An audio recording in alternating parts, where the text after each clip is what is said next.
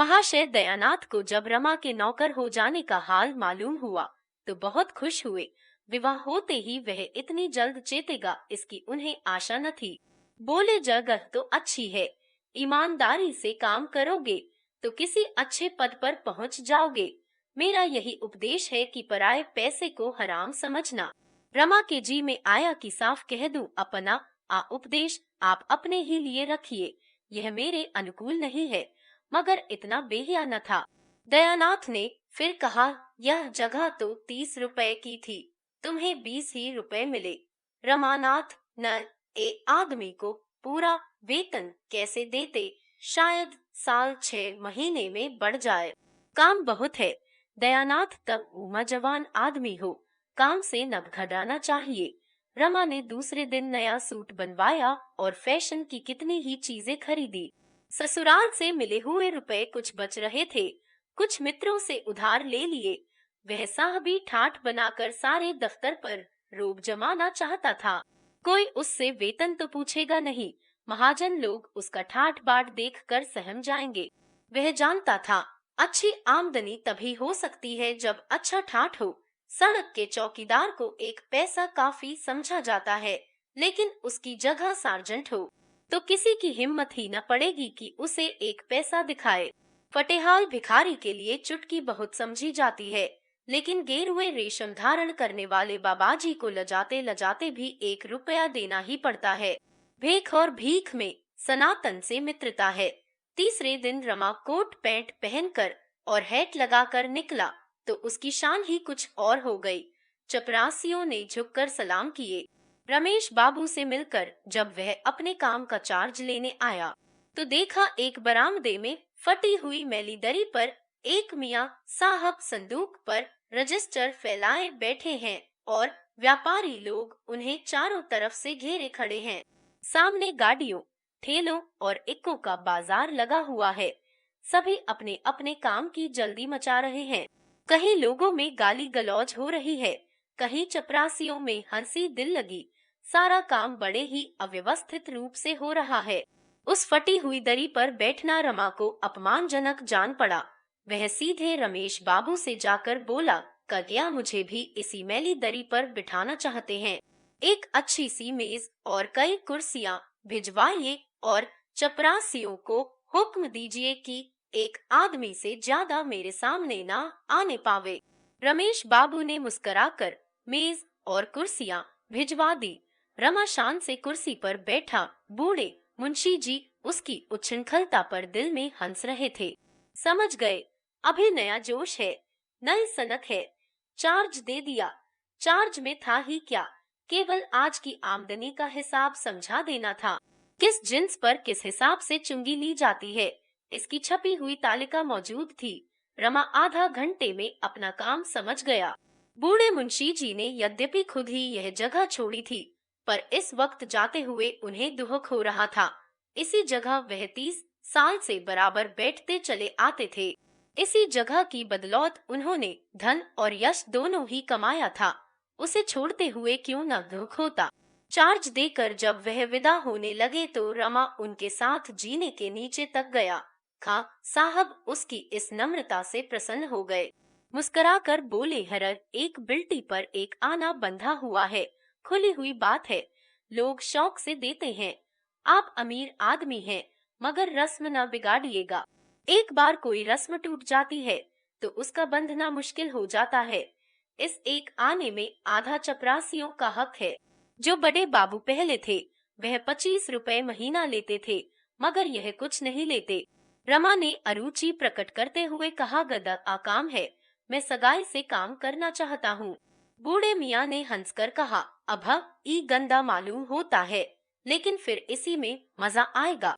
खां साहब को विदा करके रमा अपनी कुर्सी पर आ बैठा और एक चपरासी से बोला, इन लोगों से कहो बरामदे के नीचे चले जाएं।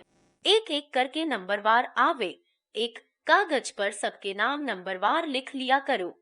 एक बनिया जो 2 घंटे से खड़ा था खुश होकर बोला, हाँ सरकार, यह बहुत अच्छा होगा। रमानाथ जब वो पहले आवे उसका काम पहले होना चाहिए, बाकी लोग अपना नंबर आने तक बाहर रहे। यह नहीं कि सबसे पीछे वाले शोर मचाकर पहले आ जाएं और पहले वाले खड़े मुंह ताकते रहें। कई व्यापारियों ने कहा, हाँ अब बाबूजी, यह इंतजाम हो जाए तो बहुत अच्छा हो, भभवड़ में बड़ी देर हो जाती है। इतना नियंत्रण रमा का रोब जमाने के लिए काफी था। वणिक समाज में आज ही उसके रंग ढंग की आलोचना और प्रशंसा होने लगी। किसी बड़े कॉलेज के प्रोफेसर को इतनी ख्याति उम्र भर में न मिलती। 2-4 दिन के अनुभव से ही रमा को सारे दांव घात मालूम हो गए। ऐसी ऐसी बातें सूझ गई जो खां साहब को ख्वाब में भी न सूझी थी। माल की तौल, गिनती और परख में इतनी धांधली थी जिसकी कोई हद नहीं। जब इस धांधली से व्यापारी लोग सैकड़ों की रकम डकार जाते हैं, तो रमा बिल्टी पर एक आना लेकर ही क्यों संतुष्ट हो जाए, जिसमें आधा आना चपरासियों का है। माल की तौल और परख में दृढ़ता से नियमों का पालन करके वह धन और कीर्ति दोनों ही कमा सकता है। यह अवसर वह क्यों छोड़ने लगा, विशेषकर जब बड़े बाबू उसके गहरे दोस्त थे। रमेश बाबू इस नए रंग ईट की कार्य पटुता पर मुग्ध हो गए। उसकी पीठ ठोक कर बोले, का यदके के अंदर रहो और जो चाहो करो, तुम पर आज तक ना आने पाएगी। रमा की आमदनी तेजी से बढ़ने लगी। आमदनी के साथ प्रभाव भी बढ़ा। सूखी कलम घिसने वाले दफ्तर के बाबुओं को जब सिगरेट, पान, चाय या जलपान की इच्छा होती तो रमा के पास चले आते। उस बहती गंगा में सभी हाथ धो सकते थे।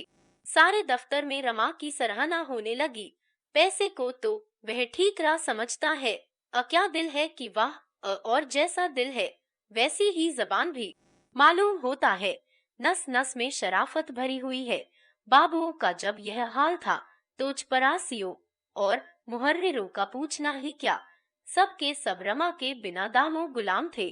उन गरीबों की आमदनी ही नहीं, प्रतिष्ठा भी खूब बढ़ गई थी। जहाँ गाड़ीवान तक फटकार दिया करते थे, वहाँ अब अच्छे अच्छे की गर्दन पकड़कर नीचे ढकेल देते थे।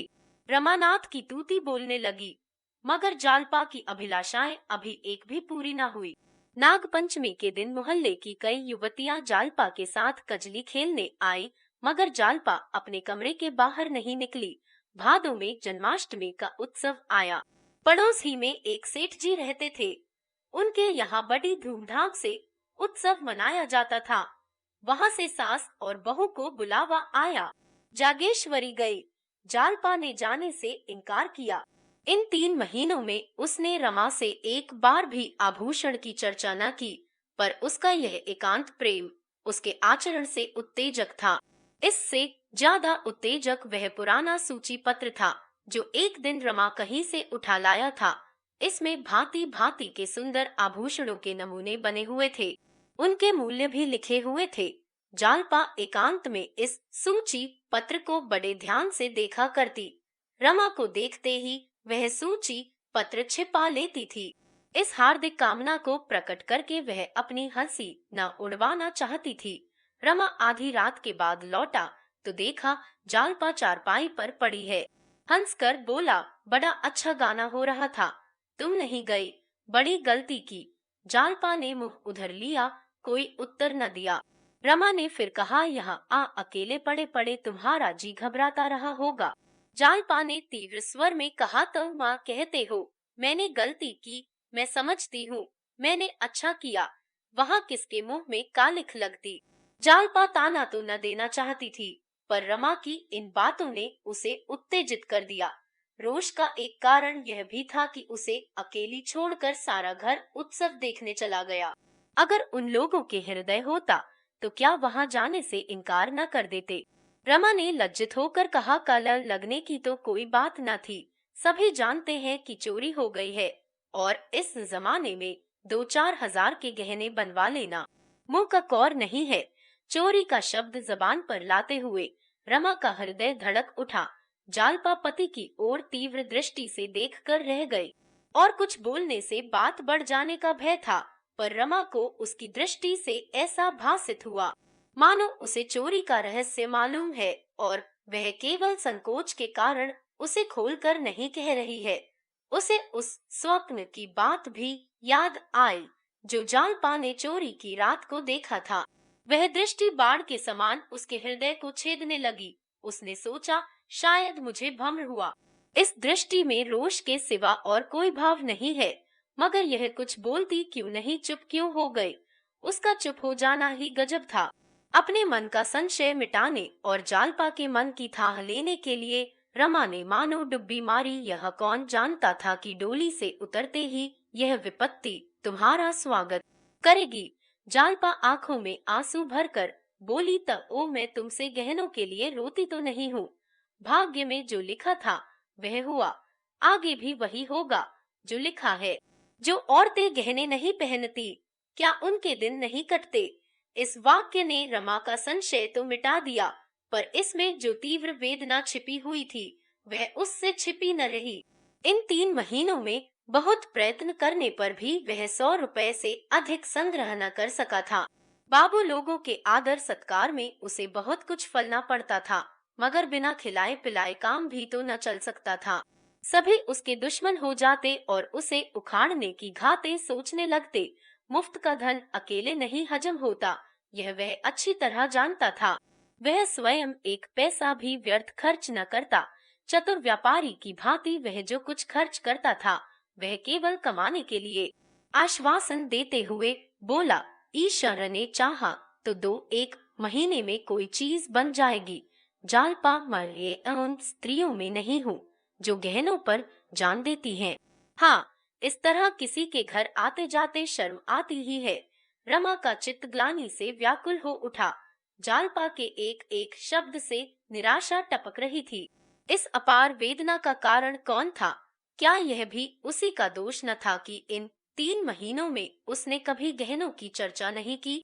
जालपा यदि संकोच के कारण इसकी चर्चा न करती थी, तो रमा को उसके आंसू पोंछने के लिए, उसका मन रखने के लिए क्या मौन के सिवा दूसरा उपाय न था? मोहल्ले में रोज ही एक न एक उत्सव होता रहता है। रोज ही पास पड़ोस की औरतें मिलने आती हैं। बुलावे भी रोज आते ही रहते हैं। बेचारी जालपा कब तक इस प्रकार आत्मा का दमन करती रहेगी, अंदर ही अंदर कुटती रहेगी। हंस ने बोलने को किसका जी नहीं चाहता। कौन कैदियों की तरह अकेला पड़ा रहना पसंद करता है? मेरे ही कारण तो इसे यह भीषण यातना सहनी पड़ रही है। उसने सोचा, क्या किसी सर्राफ से गहने उधार नहीं लिए जा सकते? कई बड़े सर्राफों से उसका परिचय था, लेकिन उनसे वह यह बात कैसे कहता? कहीं वे इनकार कर दे तो? या संभव है बहाना करके टाल दे? उसने निश्चय किया कि अभी उधार लेना ठीक न होगा। कहीं वादे पर रुपए न दे सका तो व्यर्थ में थुक्का फजीहत होगी, लज्जित होना पड़ेगा। अभी कुछ दिन और धैर्य से काम लेना चाहिए। सहसा उसके मन में आया, इस विषय में जालपा की राय लूं, देखूं वह क्या कहती है। अगर उसकी इच्छा हो तो किसी सर्राफ से वादे पर चीजें ले ली जाएं। मैं इस अपमान और संकोच को सह लूंगा। जालपा को संतुष्ट करने के लिए कि उसके गहनों की उसे कितनी फिक्र है, अब बोला, तब मसल एक सलाह करना चाहता हूँ, पूछूं या न पूछूं? जालपा को नींद आ रही थी। आंखें बंद किए हुए बोली, अब सोने दो भाई, सवेरे उठना है। रमानाथ, अगर तुम्हारी राय हो तो किसी सर्राफ से वादे पर गहने बनवा लाओ, इसमें कोई हर्ज तो है नहीं। जालपा की आंखें खुल गई। कितना कठोर प्रश्न था। किसी मेहमान से पूछना कहे, ये तो आपके लिए भोजन लाऊं, कितनी बड़ी अशिष्टता है। इसका तो यही आशय है कि हम मेहमान को खिलाना नहीं चाहते। रमा को चाहिए था कि चीजें लाकर जालपा के सामने रख देता। उसके बार बार पूछने पर भी यही कहना चाहिए था कि दाम देकर लाया हूँ, तब वह अलबत्ता खुश होती। इस विषय में उसकी सलाह लेना घाव पर नमक छिड़कना था। रमा की ओर अविश्वास की आंखों से देखकर बोली, मैं तो गहनों के लिए इतनी उत्सुक नहीं हूँ। रमानाथ नहा थी, यह बात नहीं, इसमें क्या हर्ज है कि किसी सर्राफ से चीजें ले लूं, धीरे धीरे उसके रुपए चुका दूंगा। जालपा ने दृढ़ता से कहा, नहीं, मेरे लिए कर्ज लेने की जरूरत नहीं। मैं वेश्या नहीं हूँ कि तुम्हें नोच खसोट कर अपना रास्ता लूं। मुझे तुम्हारे साथ जीना और मरना है। अगर मुझे सारी उम्र बेगहनों के रहना पड़े तो भी मैं कुछ लेने को न कहूंगी। औरतें गहनों की इतनी भूखी नहीं होती। घर के प्राणियों को संकट में डालकर गहने पहनने वाली दूसरी होंगी। लेकिन तुमने तो पहले कहा था कि जगह बड़ी आमदनी की है। मुझे तो कोई विशेष बचत दिखाई नहीं देती। रमानाथ, बचत तो जरूर होती और अच्छी होती, लेकिन जब अहलकारों के मारे बचने भी पाए, सब शैतान सिर पर सवार रहते हैं। मुझे पहले न मालूम था कि यहाँ इतने प्रेतों की पूजा करनी होगी। जालपा, तो अभी कौन सी जल्दी है, बनते रहेंगे धीरे धीरे। रमानाथ, खैर सलाह है तो एक आधा महीने और चुप रहता हूँ। मैं सबसे पहले कंगन बनवाऊंगा। जालपा ने गदगद होकर कहा। तब उमा, हाँ, आरे पास अभी इतने रुपए कहाँ होंगे। रमानाथ, ईसक उपाय तो मेरे पास है। तुम्हें कैसा कंगन पसंद है? जालपा अब अपने कृत्रिम संयम को न निभा सकी। अलमारी में से आभूषणों का सूची पत्र निकालकर रमा को दिखाने लगी। इस समय वह इतनी तत्पर थी मानो सोना लाकर रखा हुआ है, सुनार बैठा हुआ है, केवल डिजाइन ही पसंद करना बाकी है। उसने सूची के 2 डिजाइन पसंद किए। दोनों वास्तव में बहुत ही सुंदर थे, पर रमा उनका मूल्य देखकर सन्नाटे में आ गया। एक 1,000 का था, दूसरा 800 का। रमानाथ, ऐसा ये चीजें तो शायद यहाँ बन भी न सके, मगर कल मैं जरा सर्राफ की सैर करूंगा। जालपा ने पुस्तक बंद करते हुए करुण स्वर में कहा। इतना रुपए न जाने तुम्हारे पास कब तक होंगे। ओह, बनेंगे बनेंगे, नहीं कौन कोई गहनों के बिना मरा जाता है। रमा को आज इसी उधेड़-बुन में बड़ी रात तक नींद न आई। ये जड़ाऊ कंगन इन गोरी गोरी कलाइयों पर कितने खिलेंगे। यह मोह स्वप्न देखते देखते उसे न जाने कब नींद आ गई।